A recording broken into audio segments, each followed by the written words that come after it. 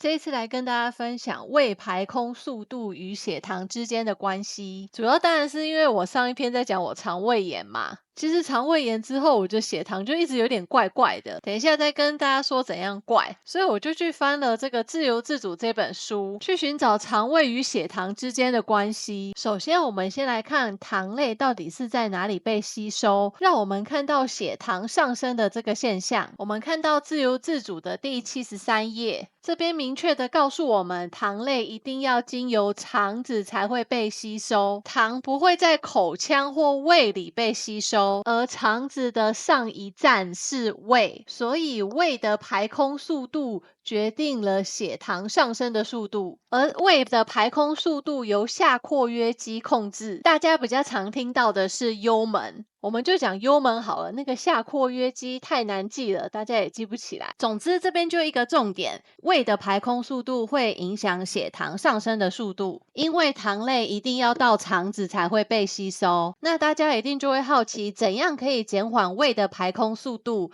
因为如果减缓胃的排空速度，意味着可能可以让血糖上升的比较慢。而在书的239页，明确的告诉我们，我们不光要看食物的碳水化合物含量，还要考虑整餐所有的营养成分，因为油脂与纤维都会减缓胃的排空速度。所以我才会在频道中一直跟大家分享碳水加蛋白质加脂质是如何影响血糖的，毕竟这才是我们正常三餐的生活啊。单一的探讨碳水化合物，我觉得真的比较没有意义，谁会一天到晚单吃碳水化合物而已啊。而书中还有提到，过热或过冷的食物也会减缓胃的排空速度，或吃固态的食物也会让胃的排空速度比较慢。我觉得比较有趣的是这一点，高血糖也会造成胃的排空速度迟缓哦。然后在最下面还提到，就算是正常人，他们的血糖在正常范围内的一点点些微改变，也都会影响胃的排空速度哦。后面有提到研究没有糖尿病的人，发现这些人的血糖从70升高到145的时候，他们的胃排空速度降低了20%欸。然后我就想说，我们第一型糖尿病的血糖3不50就超过150、180也是家常便饭。难怪有时候觉得血糖的高峰值都没有在饭后1个小时，常常是往后延的，不知道是不是这个原因。后面继续提到，轻微的运动像是走路不会影响胃的排空速度，但是激烈的运动胃会停止排空20到40分钟。人体的设计真的是太精妙了。然后跟第一型糖尿病比较有关的是最后一点，当我们不小心注射太多胰岛素的时候，表示我们体内的胰岛素浓度很高嘛，但是高胰岛素浓度并不会影响胃的排空速度。但是很遗憾的，当我们不小心打太多胰岛素的时候，这意味着我们可能有低血糖的状况。此时我们应该会想要加快胃的排空速度，让血糖起来。此时书中的建议是，这种情况最好先吃一些高葡萄糖含量的东西，像是葡萄糖片或者是运动饮料。我自己是喜欢喝含糖饮料，这样子拉血糖都还蛮快的。接着我们来看会让血糖上升比较快的因素，这边我觉得大家可能比较熟悉，所以我就快速的带过，大家有兴趣的话就自己按暂停慢慢看。第一个提到烹调方式，像是白粥会比白饭更容易升血糖。第二个提到的加工方式，像是白饭会比糙米饭更容易让血糖上升。第三个喝饮料。第四个葡萄糖含量。他这边提到说，就算是含有一样碳水化合物含量的不同食物，对于血糖的反应也是不一样的。关于这一点，我想大家可以参考看看我这个碳水量相同、胰岛素剂量却不同的这部影片。我比较惊讶的是最后一点，含盐量。这边提到，原来食物里的盐会加快葡萄糖被吸收到血液中。我自己生活中好像没有这样的例子过。大家有吃很咸，然后觉得血糖上升很快的经验吗？还是我以前从来没有注意？还是我们吃很咸的时候，自己就会想说啊，不要再吃了，这好咸哦。所以才很少观察到这个现象，我只能说我以后会注意看看的。大家如果有经验的话，拜托跟我分享。接着进入正题，开始分享我肠胃炎之后，我的血糖以及在施打胰岛素方面有了什么样的改变。第一个主要是在肠胃炎之后，我觉得我很容易有饱足感。你说，这不是好事吗？但是它饱到让我觉得在饭后4个小时后，胃里都还是有东西没消化完的。超过4个小时意味着超过了速效胰岛素作用的时间4个小时，所以我的血糖可能会在4个小时之后开始上升，意味着我可能需要做补打胰岛素的动作。因此我就怀疑我的胃排空速度是不是变慢了。但最奇怪的一点是，我的主要症状几乎都是发生在晚餐。会说奇怪，是因为我认为胃排空速度变慢就是应该要一起变慢，不应该只发生在特定的某一餐。所以我觉得我的症状就是很奇怪。当然我也有询问医师，但我们一起讨论后没有得到什么明确的结果，所以我们只能推测是在肠胃炎之后，我的肠胃还没有恢复到之前的状态。而这边也举几张例子给大家看我的血糖。我晚餐大概会在晚上的6点到8点的时候吃，然而在肠胃炎之后，我常常需要在晚上11点或者是凌晨的时候起来补打胰岛素。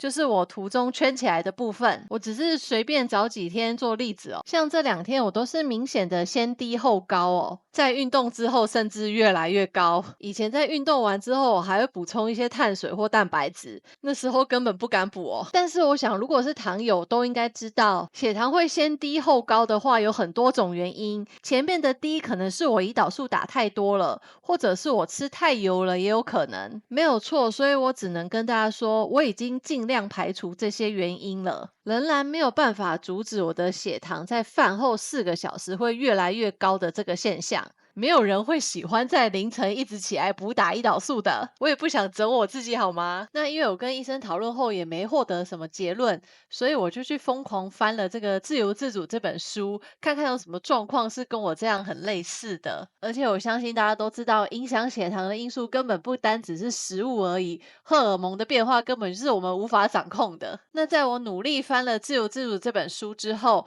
我只有找到一小段的血糖说明，是跟我肠胃炎之后的血糖是有一点类似的哦，是在240页，刚好它前面也在讲肠胃炎会造成胃的排空减缓，而后面这一段呢，在说糖尿病有一种并发症会造成自主神经的损害，如果发生在胃的话叫胃清瘫，原因是因为伤害的神经无法调节肠胃的动作，造成胃的排空轻微或者严重的减缓。如果真的造成胃的排空速度过度减缓的话，会产生饭后1到2个小时的低血糖现象。因为速效胰岛素主要的作用时间是前1到2个小时，如果胃排空速度太慢的话，表示肠道可以吸收到的葡萄糖也越少，所以血糖没有办法上升。但此时又是胰岛素作用最强的时间，所以会看到饭后1到2个小时会产生低血糖的状况。后面也有提到说，由于胃的缓慢排空会将血糖的高峰值往后挪，所以血糖的上升可能会发生在饭后2个小时之后。而这种情形特别会发生在注射速效胰岛素的人身上，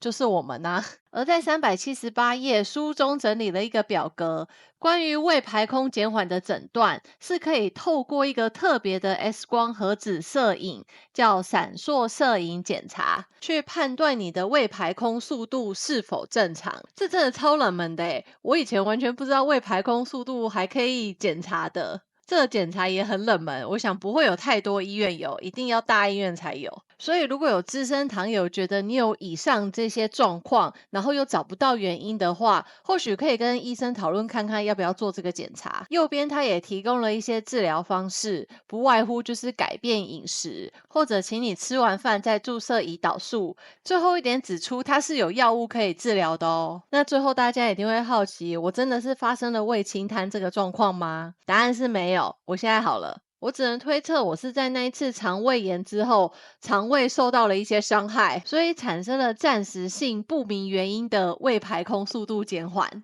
其实我也蛮好奇，大家在肠胃炎之后，血糖都是马上恢复跟之前一样吗？我也花了2、3个月才恢复诶。在这过程中，我又刚好翻到《自由自主》里面在讲胃清瘫。我觉得胃清瘫这个症状应该是很容易被忽略的。我们常看的新陈代谢科医生，我不确定他们会不会对这个很熟悉，或许要肠胃科的医生会比较熟。最后也是希望跟大家分享，多年的糖尿病其实会伤害到自主神经。自主神经意思就是我们是没有办法用意识控制的。像是胃，我们没有办法控制自己的胃排空速度啊。而大家也不用慌张，会发生并发症的话，多数都是因为糖尿病控制的不好，血糖控制的不好，并不是说我们现在得了糖尿病，20-30年后就一定会发生这些并发症，不是的。如果血糖控制的好的话，是可以大大的降低并发症的产生几率的，所以大家不用慌张。如果很遗憾的，你的糖尿病是发生在比较早期，台湾对于糖尿病的资源以及控制的工具没有这么多的状况下，